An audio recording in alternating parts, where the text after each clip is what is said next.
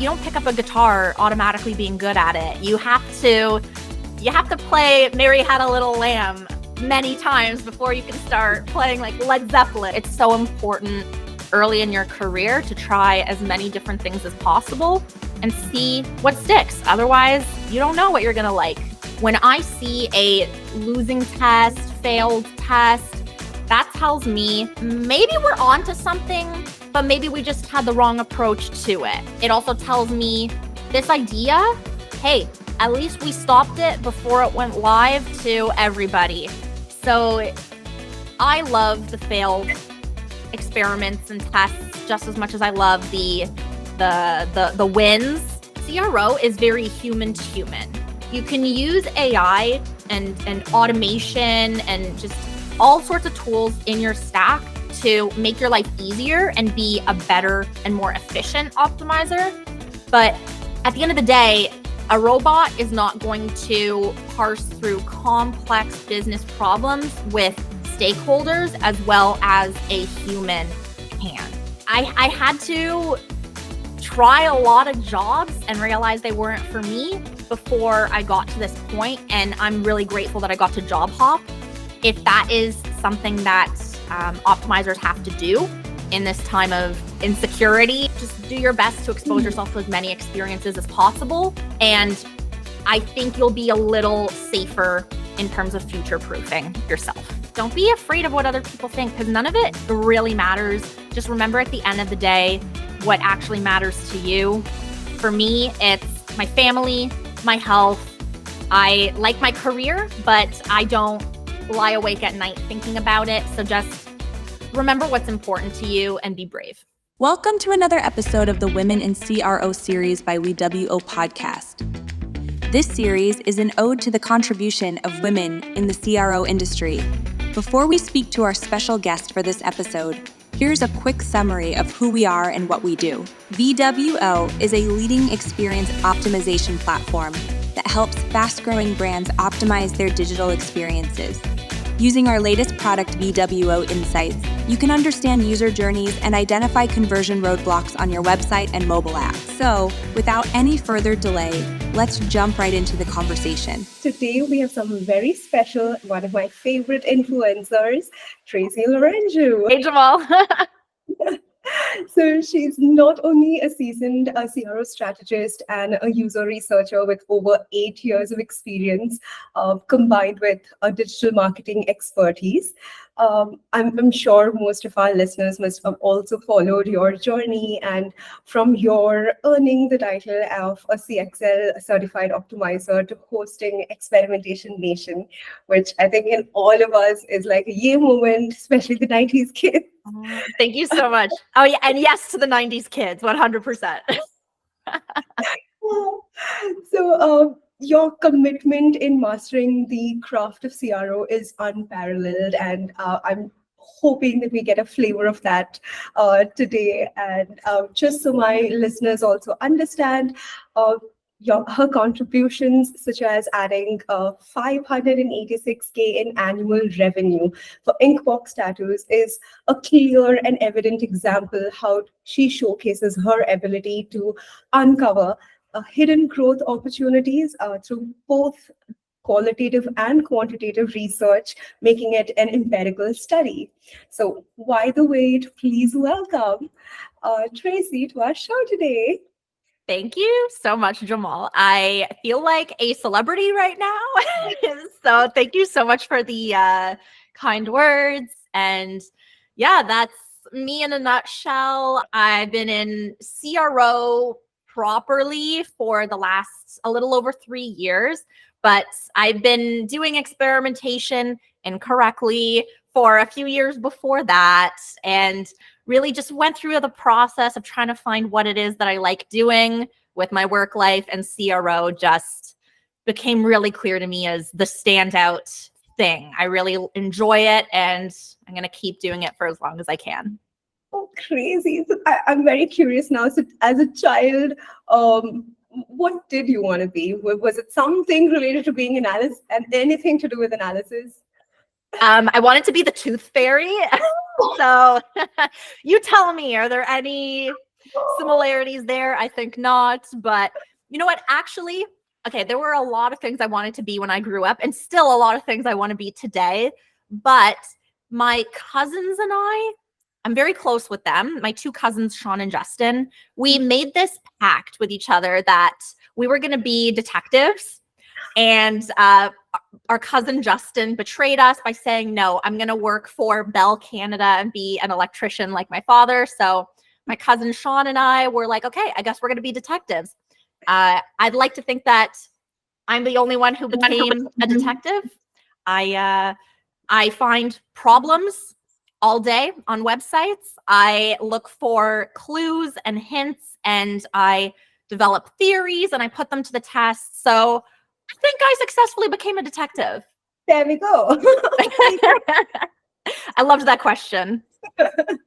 Yes, and I can relate to this somehow because as a child, I wanted to be a forensic analyst. And then Yes. as I grew up, I got scared of blood. And then I'm like, okay, no more biology. Well, I mean, hey, you kind of are a forensic analyst in a way when you're doing conversion optimization. There doesn't have to be blood to be an analyst or a forensic analyst. There are digital forensic analysts out there. I think just growing up, you learn how many options there are for you out there that you didn't learn in school was an option for you. So it's so important early in your career to try as many different things as possible and see what sticks. Otherwise, you don't know what you're going to like. That's actually very good advice. Have you had any interesting experiences or anything when it comes per se to getting ready for podcasts? Because I know you're a podcast pro, so I was just curious to learn. There's a lot of things I do to prepare before a podcast. I try to get the hair right. I try to make sure that I'm well hydrated because I get really thirsty. I make sure that my setup is conducive to focus, that I don't have many things distracting me. I failed at that today. I have napkins, tissues, 2 phones. But yeah, I mean, a lot of preparing for a podcast is the vibe and your energy. I like to do podcast recordings in the morning when I'm nice and alert. The afternoon slump hasn't hit me yet.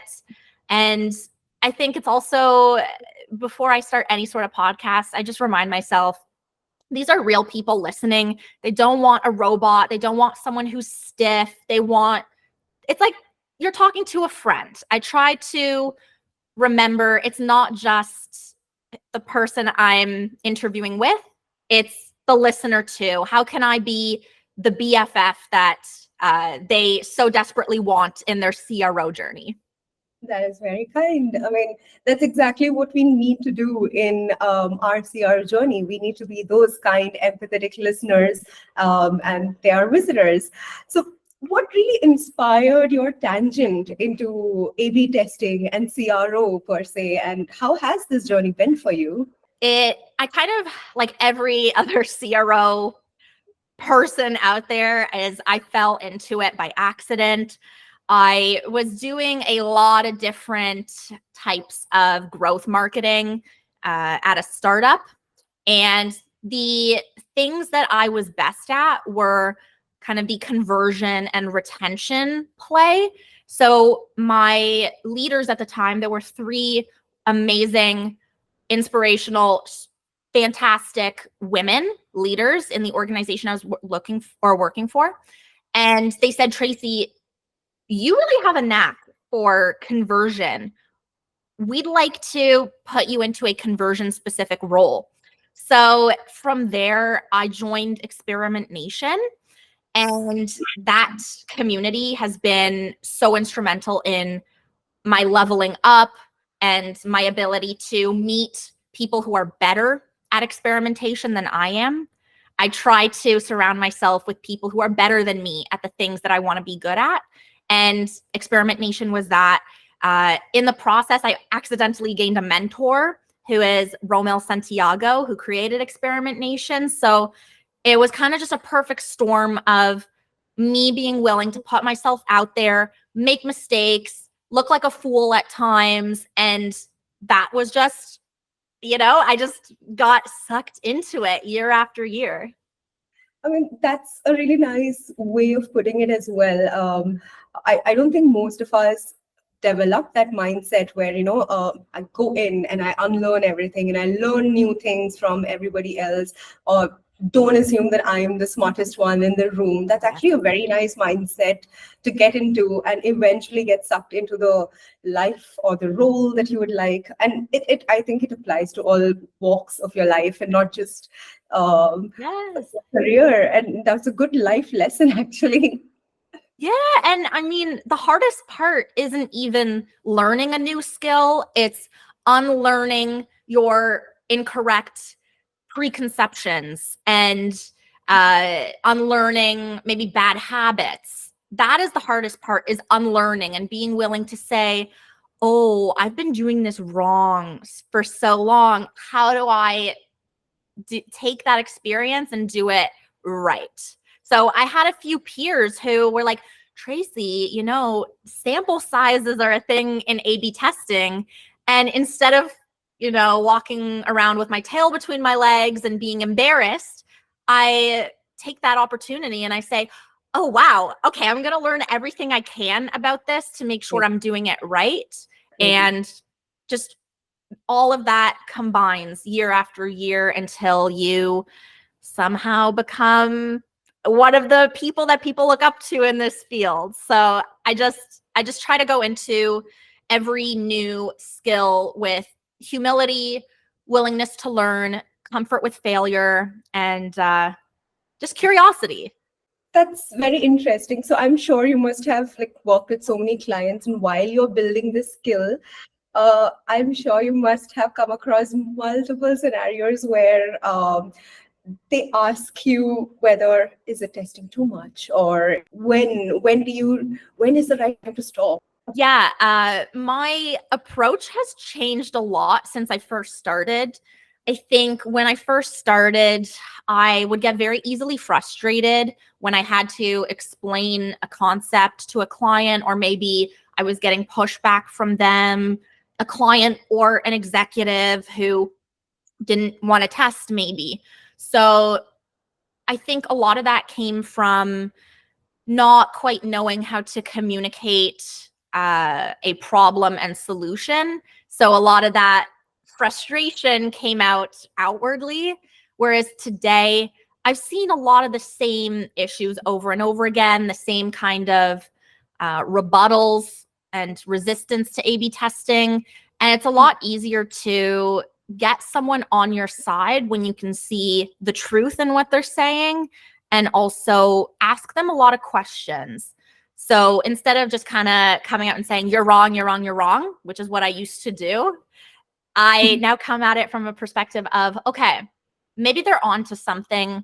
I want to ask so many questions that I understand if I'm wrong and they're actually, they've got a point, or we go through this process of questioning and they come around to maybe what I'm trying to get at. Mhm.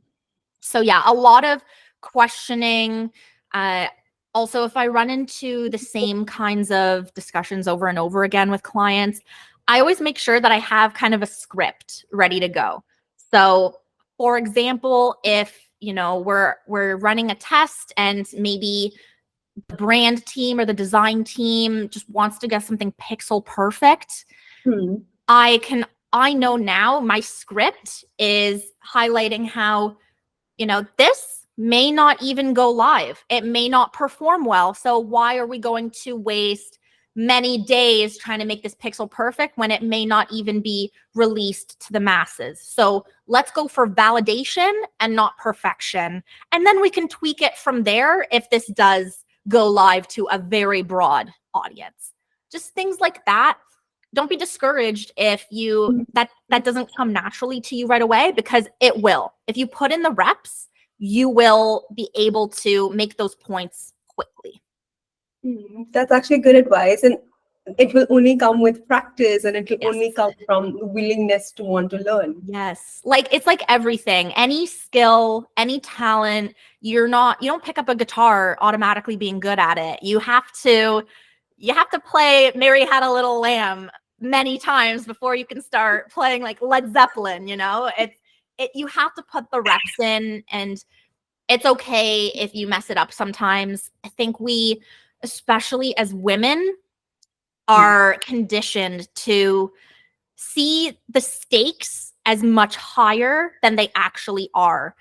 I think men kind of get the grace to grow up and make mistakes, and it's like, oh, just boys can be boys. But women, there's a different pressure where you have to be perfect. You have to get it right, or you have to be super nice the way that you deliver a message. And I think as soon as you realize that a lot of that is bullshit, and you can just exist, make mistakes, speak your truth, and be who you are, the much faster you will level up, because you're not holding yourself back from progress.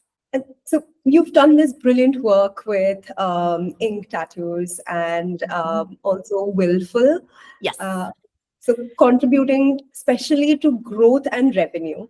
So Yes. I'm assuming then from the entire process as you graduated to your learning process, the way you look at these metrics also changed. So is there a way maybe you could elaborate firstly maybe on that, and then I could break down my question?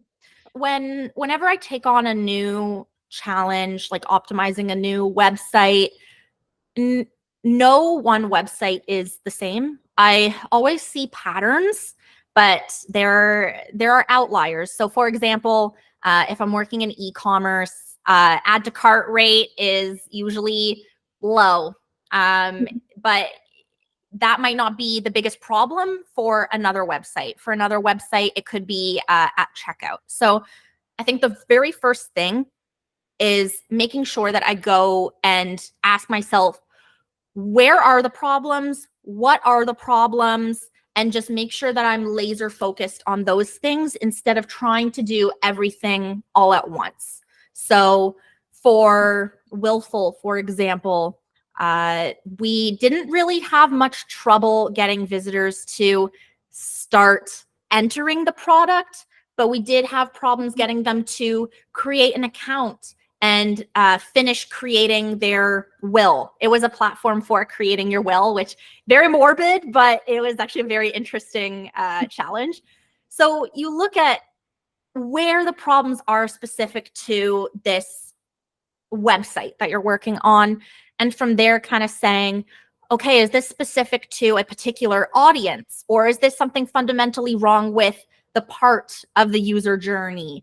Is this something wrong with a particular device? Because sometimes I notice a website is built beautifully for desktop, and then you look at the mobile performance, it's horrible. Then you open it up on your phone and you're like, wow, this really is horrible.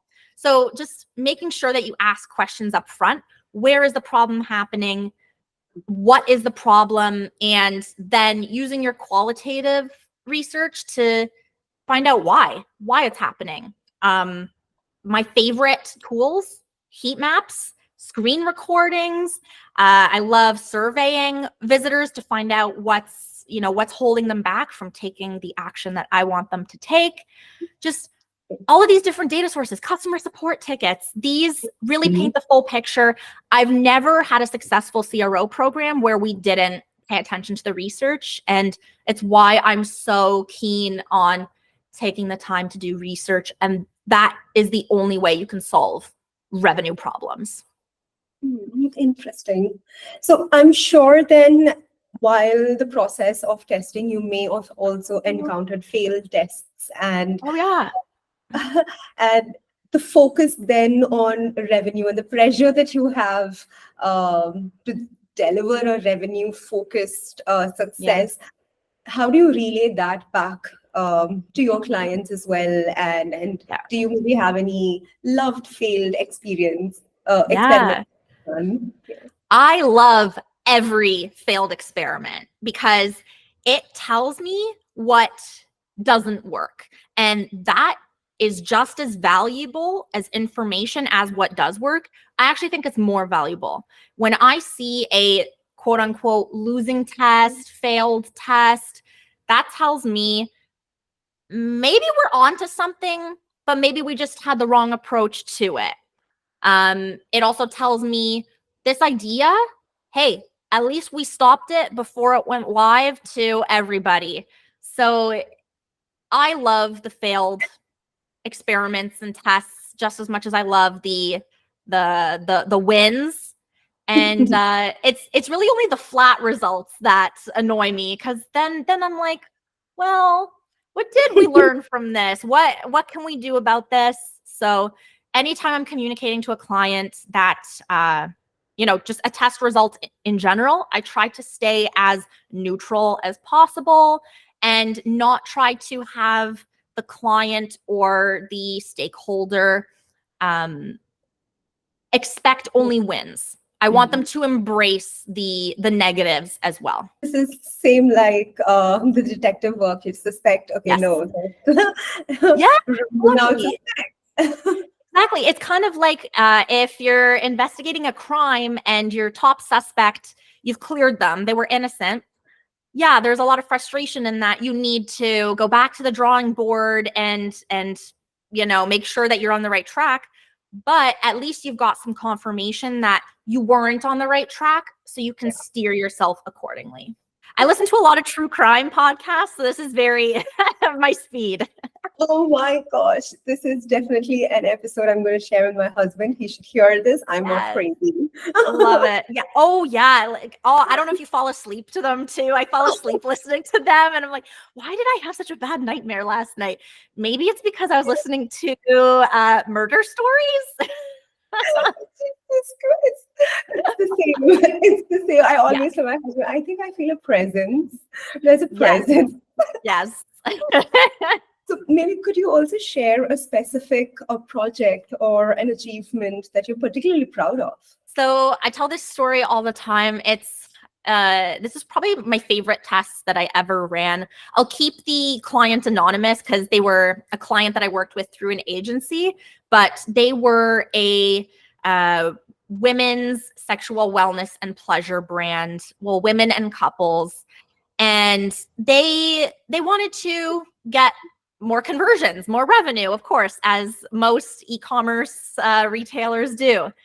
And I entered into this engagement really wanting to know how their shoppers like to shop, and determining if the website was fulfilling those needs. So what we found in our research was that the customers or the site visitors who shop on their website, they wanted to make sure that they found toys that fit with their specific preferences. Every body is different. Every person enjoys pleasure in different ways. And I think what came out of that was I learned that and said, hey, there are patterns that emerge here, such as a lot of people wanted to know if the toys were quiet because they were parents and they didn't want their kids, hearing and then coming into a fun time. So they wanted to know, are the toys quiet? They wanted to know, is this the kind of toy that fits my particular pleasure preferences? So what I did was I said, hey, this section on the homepage gets a lot of views, but it's not being engaged with as much as we would expect. So let's turn this piece of content on the homepage to these categories that visitors expressed they wanted to shop by. So the first category was quietest toys. Other categories would have been, couples toys, solo toys. And in the process of testing that, we saw that, first of all, the engagement on that section went way up. So we already knew this was resonating with visitors at a much higher rate. Not only that, though, but the conversion rate and the add to cart rate really spiked for this test. It was one of my few 100% confidence tests where there wasn't any data issues at play. And the brand then went on to make an extra $24,000 per month. That's just an estimate, give or take, just by having this new section on their homepage. So I love that test for a few reasons. One, because it was women helping other women experience pleasure in a safe form.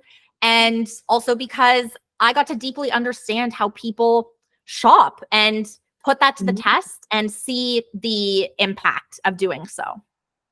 Yeah, I mean, that's really cool. You rightly got into the mindset and show them what exactly they wanted to see and made their entire funnel process safe, because I'm sure Yes. they must have also this cognitive load in their mind, like, okay, Yes. no one should see me shopping. No one should be Yes. pushing to my phone while Yes. I'm shopping. So Exactly. And sometimes people also don't know what they're looking for when they shop. So giving them options and clearly showing them different ways they can shop and making it easier for them to make that decision. I've never seen that not work out positively. oh, that's so cool. So, in the journey of CRO, I'm sure you've seen, especially since you mentioned that from growth, you moved then CRO. How what do you predict the future of CRO going to be besides AI and all of that technological advances, even in behavioral trends? What do you predict is going to happen in the next few years? I am so tired of hearing about AI. I have had so many conversations with people who are, just they think CRO is going to be dead because of AI. And I roll my eyes because I'm like, CRO is very human to human. You can use AI and automation and just all sorts of tools in your stack to make your life easier and be a better and more efficient optimizer. But at the end of the day, a robot is not going to parse through complex business problems with stakeholders as well as a human can. So maybe you can clip out this section of the episode and show me in 5 years when I don't have a job anymore. But I really am confident that AI is not going to replace optimizers anytime soon. I think the challenge that we're dealing with over the next 5 years is unfortunately the job market for optimizers. There are a lot of new entrants to the CRO space, and good for them. I'm excited to see new talent come through in the space. Unfortunately, there are not a lot of jobs and a lot of people competing for them. So it's going to be really difficult for optimizers to move ahead unless they can quickly get experience or put themselves out there in a way that they stand out to employers or clients. I think I got very lucky in the sense that my mentor let me host Experimentation's podcast, and I just started to develop some name recognition, and getting jobs was easier for me. But if you're starting new, I do not envy anyone who is starting to learn CRO at this point in time. It's very difficult. So that is where I see a lot of the challenges coming up in the next 5 years is in the job market. I think I managed to somehow escape that because I'm self-employed, I'm a contractor.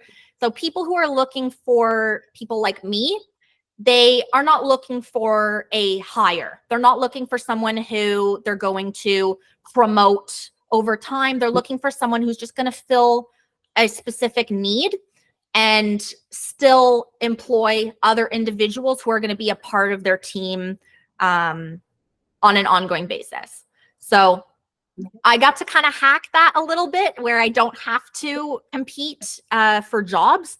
But I mean, I had to try a lot of jobs and realize they weren't for me before I got to this point. And I'm really grateful that I got to job hop. If that is something that optimizers have to do in this time of insecurity and there's no guarantee of you getting a job, just do your best to expose yourself to as many experiences as possible. And I think you'll be a little safer in terms of future-proofing yourself. In your experiences, how do you think maybe businesses can foster more inclusivity of women in experimentation or optimization? Yeah. This just led to me, oh my God, if job is going to be a problem as it is, Yeah. how do we make sure that women are also included? It starts even before the job post. It starts at making sure that you have women represented across your team, on your marketing materials, on your website, in your leadership team, especially. If I only see guys on a leadership team, I will second guess applying for the job. And I think any woman who sees that kind of pattern as well should also maybe, take note of that, because it may signal that only men can advance in that environment.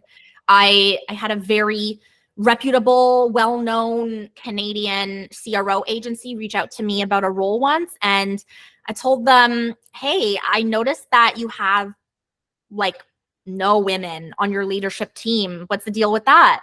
And I really put them to the test, and I just decided, I don't know, this is a bit of a red flag for me. I'm not really interested. So part of it is identifying behind the scenes, are there any women making decisions? And I think it's also very important to check, is it just white women making decisions? Because that is just as much of a red flag to me if I see just white women or like one white woman. I want to see not just representation of women, I want to see representation of background. So that's a big thing. Now, in terms of jobs, the postings themselves, it's really important to let your candidates know it's okay if you don't check off every box here. We still want to speak with you. And the whole rationale behind that is women, there was a study on this. I really wish I had the stat in front of me, but women are far less likely to apply for a job if they don't think that they check off every box, whereas men are much more confident and willing to apply for that job, even if they don't check off every box. So it's important to have that in your job postings that, apply, even if you don't think that you have all these skills right out of the box. So that's another big thing. And I think in general, a lot of organizations can just do a better job of just making sure that they're, first of all, paying women equal pay for the work that they do, for their male counterparts doing the same work, and not giving women the shaft. I know it's probably harder than it sounds, but it's important to consider that women go into jobs with totally different experiences, kind of being told they have to strive for perfection, or have men telling them just be more confident, be more confident. It's not as easy as that. Just have more women in your leadership team so that inclusivity is built into the DNA of the organization. That's how you also inspire other people to go ahead and become better leaders. They learn from you. And if you have like how you said, all male board members, then we can imagine the kind of culture that you are also creating, and you're not open to any other thought process. And it's always essential to understand, like how you mentioned, it really doesn't matter the gender, as long as inclusivity is even thought of. You inspire a lot of minds, and you don't know, because of their experiences, what they may bring onto the table. Well, thank you. I have to say, I've worked with some really good organizations, and maybe I have a bias because I live in Toronto, Canada, which is consistently one of the most multicultural cities in the world. So it's a lot easier for me to encounter organizations where they are more inclusive, because that is something that they value. But some of the best organizations I worked for, the executive leadership team is half male, half female. There's non-binary or trans individuals in the leadership team. And you have people of color throughout the entire leadership team. Those are the businesses that have the best benefits, that have the best pay, especially for women. They are the ones that create a healthy work environment. And I thank those organizations for teaching me what to look out for when it comes to inclusivity. It's not just hire more women, it's hire people who are not just white guys. Now I'm very curious to know if you have any famous female personality that you look up to or admire. Ooh. I really admire Lady Gaga. I never used to be like a big fan of hers, but recently, her messages are inclusive. Her messages are be confident in who you are. You were born with individuality, embrace that individuality. Take chances, be risky, be bold. You will make enemies sometimes, and that's okay. Sometimes to find your people, you have to turn off other people. You're not going to be right for everyone, but just be authentically you, speak your truth, and screw everyone else.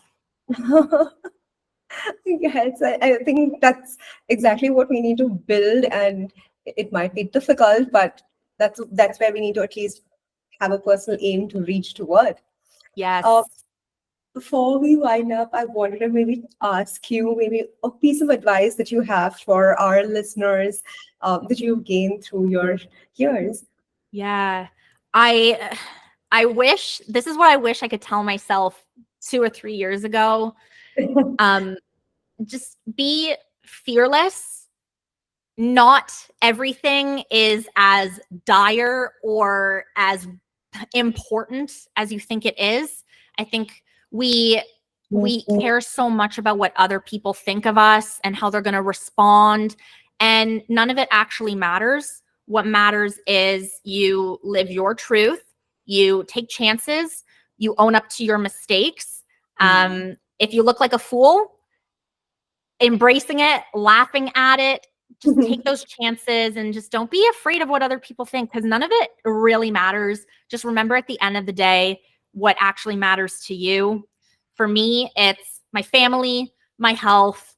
I like my career, but I don't lie awake at night thinking about it. So just remember what's important to you and be brave. That's really good advice, especially for me when I take my health not that seriously. I hear it. I have to remind myself to eat lunch sometimes because I'm like, I'm just so in the zone. But yeah, those are the things that matter. I said, now we've reached the cool section of the podcast where I'm going to ask you some rapid fire questions. Sure. I thought the whole part of the podcast was already the cool part. You're very kind. Sure. All right, let's do this. Cool. So 3 apps that you can't live without. Ooh, 3 apps that I can't live without. Okay. The first app is my smart lights for my bedroom, because my husband and I fight all the time about the big light. He likes having the big light on, and I am not about that. So yes, that is number 1. What else? We've got Reddit. I am a very big Redditor. And the third is this game called I Love Hue. It's very relaxing. Hue, like Hue. It's like colors.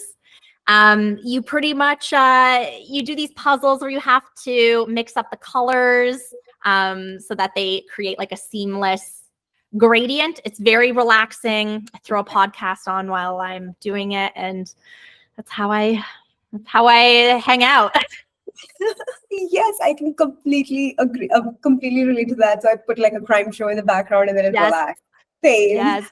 And my husband goes like, what is wrong with this woman? Yes, I do the same thing. I do. I don't know if you know of diamond dots. They're like, it's like a craft. Yeah. Yeah, they're like plastic beads that you put on an image. I love it. I'll throw on a podcast in the background. So bonus answer is my Spotify app, because I'm always listening to podcasts. Crazy. Yes.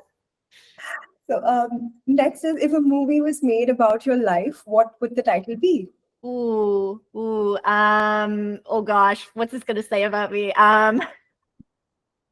Oversharer, because I Right. overshare a lot. It is people either love that about me or they hate that about me, but yeah. Oh, that's so cool. One thing you'd like to change about the CRO industry? There are definitely people who don't always create the best environment, the most welcoming environment for junior optimizers. And I would want to just create an environment in which more people want to get into CRO and elevate them, help them learn instead of bashing, juniors. You don't know what you don't know. And if I was publicly berated when I put myself out there, it might make me say, hey, I don't want to be in this field if I'm not being nurtured. So yeah, I think there needs to be like fewer snobs and elitists in the field and more people who are willing to usher in a new crop of talent. Yeah, as it is, we're a small group. Why drive away? Exactly. And I don't feel like I don't feel threatened by competition. I feel this is actually a very good thing that we have more people who want to get into this space because it means the industry is maturing. This is something that I actually didn't really feel this way early on in my career when I worked for this wonderful CEO. Her name is Erin Burry.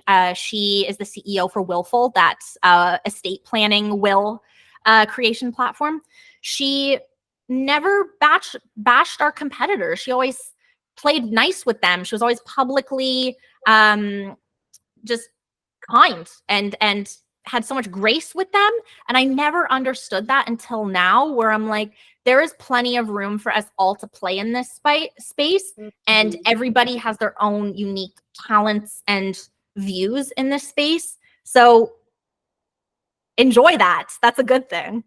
Yeah, and that's a very unique, positive way of looking at running your business. Absolutely. I try.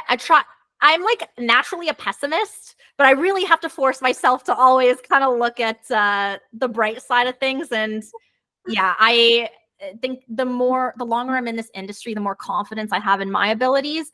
And when you're confident in your abilities, you don't need to spend your time worrying about what other people are doing. You focus on you. That's really good advice as well. I think every woman needs to be told, like, just do your thing. Don't worry about what other people are doing, because it doesn't matter. Just stay focused on your path and what you need to do.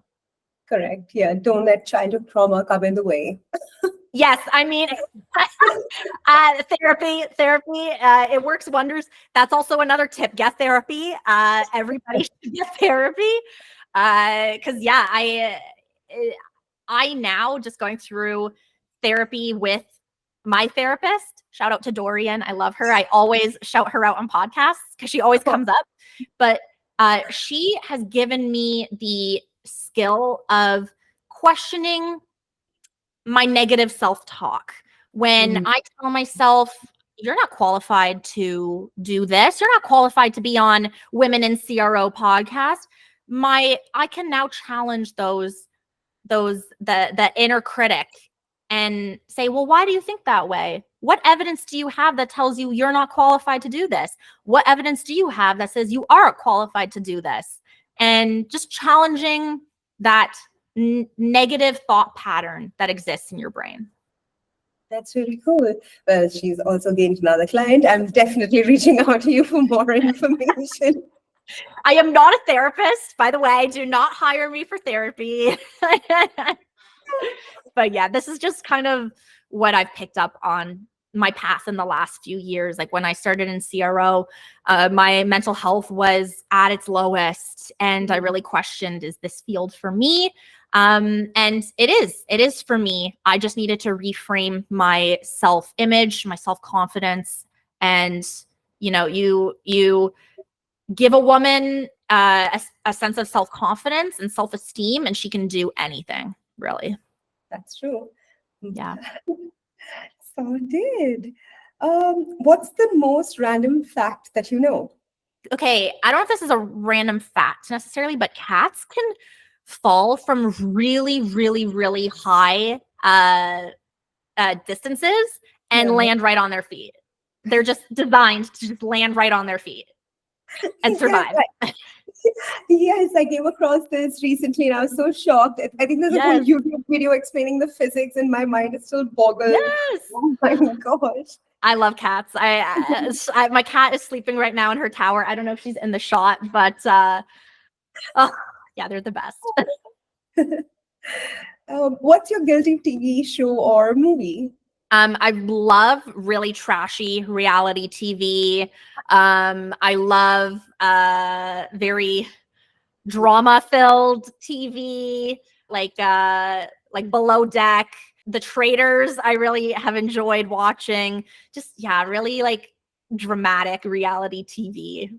That's good. That's after using so much of our head that we need to have some drama, some cringe in our life. Cringe. I love cringe. I love cringe so much. Nathan For You. I don't know if you've ever heard of that show. It is my favorite cringe-tastic TV show, and I highly recommend anyone who's listening to watch it. Nathan For You. Done. Going and checking it out right after this. Excellent. So if you had a podcast, who is the first person that you would invite on the show? It's hard to say because I have had a first guest before. Who was my first guest? Oh, I'll share who was my first ever podcast guest. It was Joris Bryan, who is the founder of Dexter Agency. It's a CRO agency. I forget where they're based out of, but he wrote a phenomenal book called Kill Your Conversion Killers. And I highly recommend anybody who's starting in CRO read it. It was my very first CRO specific book. It's a little outdated now. It talks about universal analytics and reports that no longer exist, but the actual philosophy and mindset around CRO is something I take with me today. So yeah, Joris was a fantastic first guest for the podcasting. I love these questions. These are good questions. So apart from the book that you recommended, any other books that you would recommend to our listeners? Yes. Making Websites Win by, who wrote it? Ben Jessen. Just look it up on Amazon, Making Websites Win. That was another phenomenal beginner CRO book. If anybody is thinking of going into business for themselves in CRO, and you don't want to hire anyone, you don't want to start an agency, you just want to work independently for yourself, Company of One by Paul Jarvis. Definitely check it out. I really enjoyed it. Good advice. Yes, I'm definitely going to check those ones out as well. Yeah. What is one superpower that you wish you had? I would love to be able to teleport because most of my life is just moving from one place to the next, and I don't have a car, so it's a lot of walking. I would like to teleport for sure. I imagine. I mean, there's so much that you already do. So, and there's so much I want to see too. I kind of live in the same block, and I don't really leave it, so I want to see more of the world. One thing that you're tired of explaining to your boss or client. There's so many. If I had to pick one, it's why we can't shut off a test after 2 days. I am so tired of having to explain that there's so much noise in the early days of a test in the data, and that is why you can't panic when you see a poor results in the first day. You need time to let those results show the full story. Yes. I feel like everybody relates to that. Yes. This should be like one of the criterias. Everyone should do you believe in this? Do you understand this? Yes. The worst is when the client shuts off the test when they see a result that they like or don't like. I feel like I can't smack their hand and be like, no, don't do that. But, it happens. And then whenever that happens, I have to say, hey, I'm sorry. I wish I could give you a report, but I can't because this is incomplete data. So I'm not going to waste everyone's time by reporting on something that may not even be accurate or true. Nice way to also set your expectations. Yes. You don't want to reward that, but you also kind of want to reward when a client is patient and sees through a test for as long as it should be run. True. Very true. Yeah. One goal or dream that you would like to achieve in the next 3 years? Goal or dream? I would like to max out my retirement savings account because I want to retire early in life. I do not want to be one of those people who works until they die. I want to get my bag while I'm young, save really well, and live frugally, and then spend the rest of my life retired and enjoying life. That's actually not a bad plan. You'll get to spend it with the people you love, all the happy energies. Exactly. Your lovely pet. Exactly. My spouse has the same dream, so we're trying to fast track retirement. And I love it. On a professional podcast, I'm like, I just don't want to work. But yeah, that's the dream. That really is my dream. Yes, I think all the 90s kids are drawn back into giving back to Mother Earth and then make better human beings out there.